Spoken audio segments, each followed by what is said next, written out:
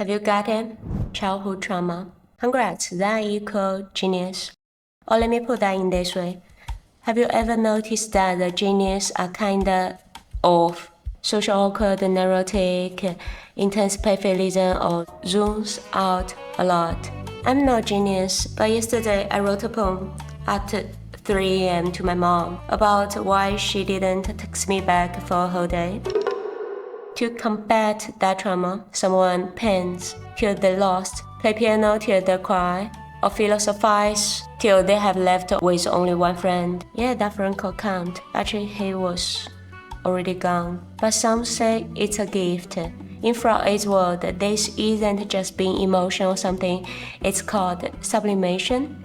Remember that one, we'll elaborate later. You know, everyone's a little nuts, but some of them just hide it. Artists hang it on the wall like Van Gogh. Economics turn that into modes or theories, then give a name that no one can pronounce it. Anti-fragilistic. Read this. Philosophers, existence, trying to unravel why they still live in this messed up universe. Others, they are trying to open a YouTube channel or make a podcast. Now we're back to sublimation, Freud's idea. How to sublimate it? Imagine this. A kid had no choice. Now he grew up, needing to control everything.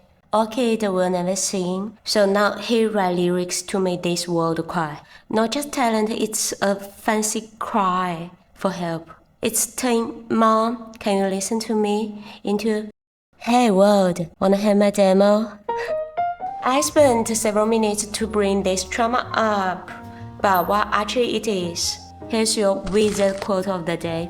Trauma isn't what happened to you, but what happened inside you. Not by me, it's by Dr. Gabor with his new book. Quite a long one, but never boring from top to the end. It's not a self-help book, but it's an anatomy of childhood, social culture, trauma, and the long road to becoming whole again. What he means is just trauma isn't the bad thing itself. It's an inner wound that gets left behind. The crack in your system and that never quite heals. So he breaks it down into two flavors. Capital T or big T trauma.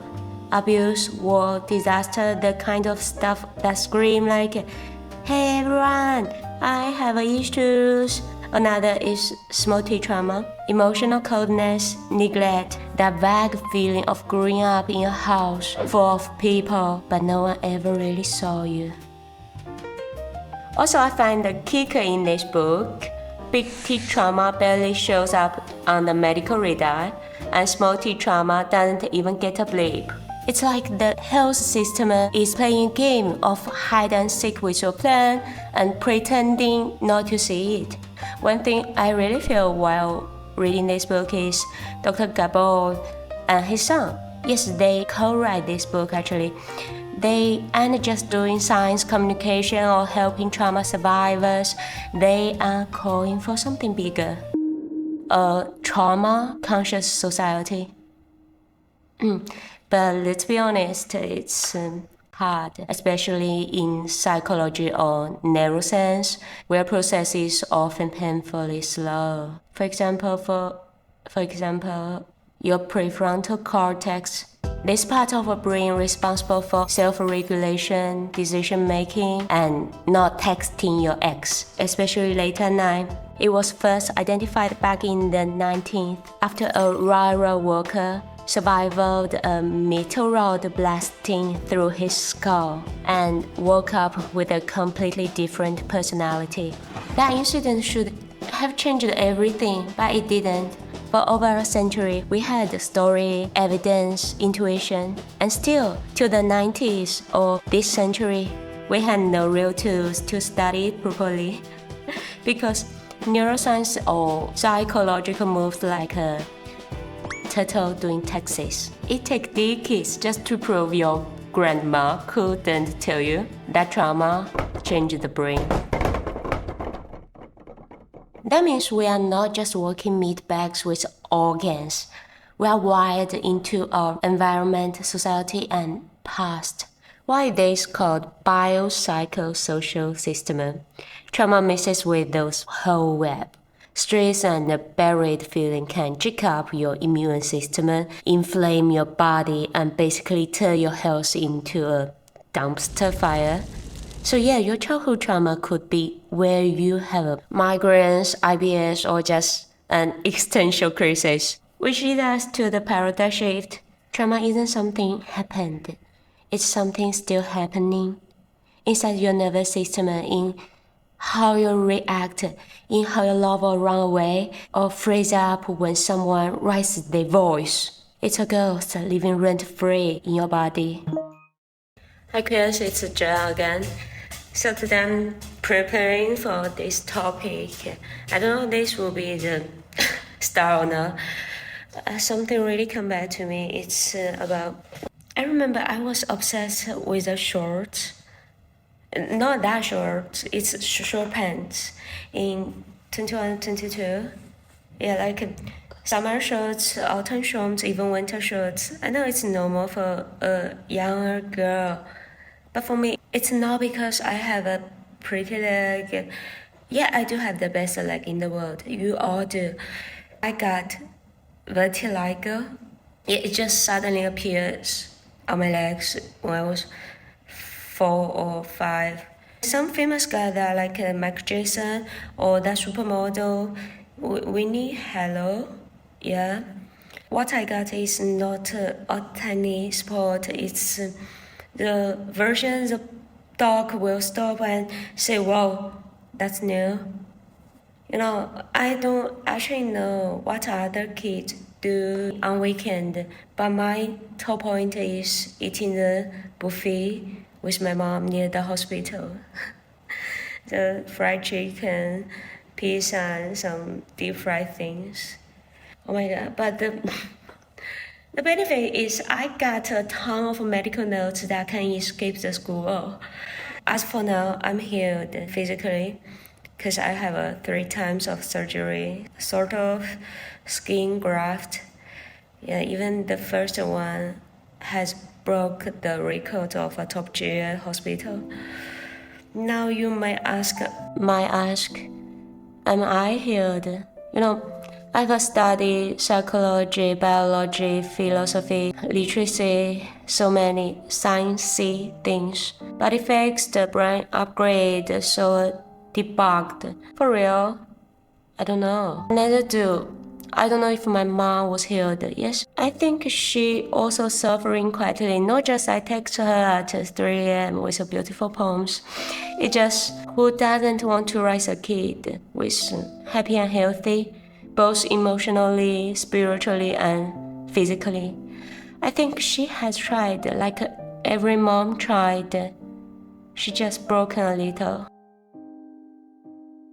Let's stop any emotional speech. We propose something interesting. People all over the world are talking about healing.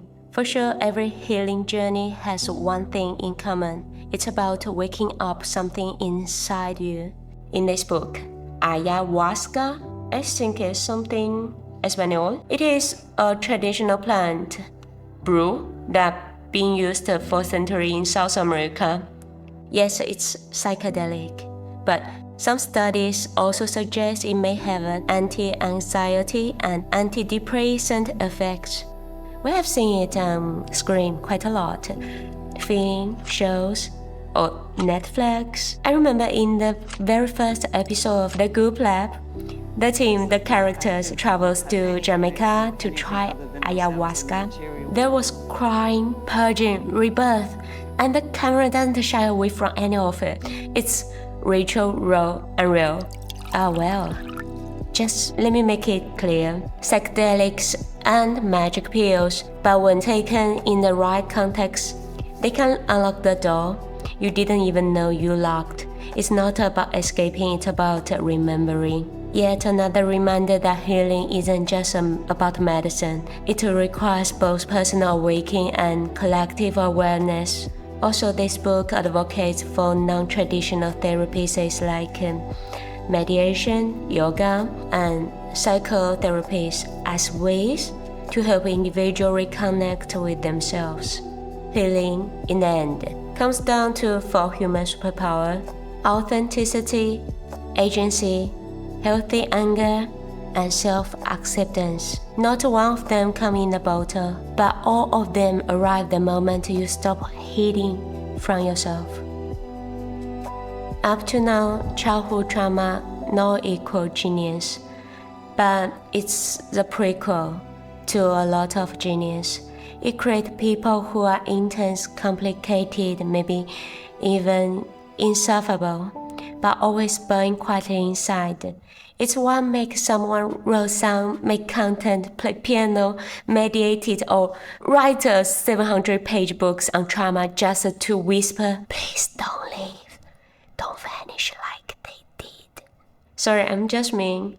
You also have a crack in you. You can cook, you can write, you can play piano, you can podcast, you can even write a poem at 3 a.m. to your mom, hoping maybe this time she'll read it.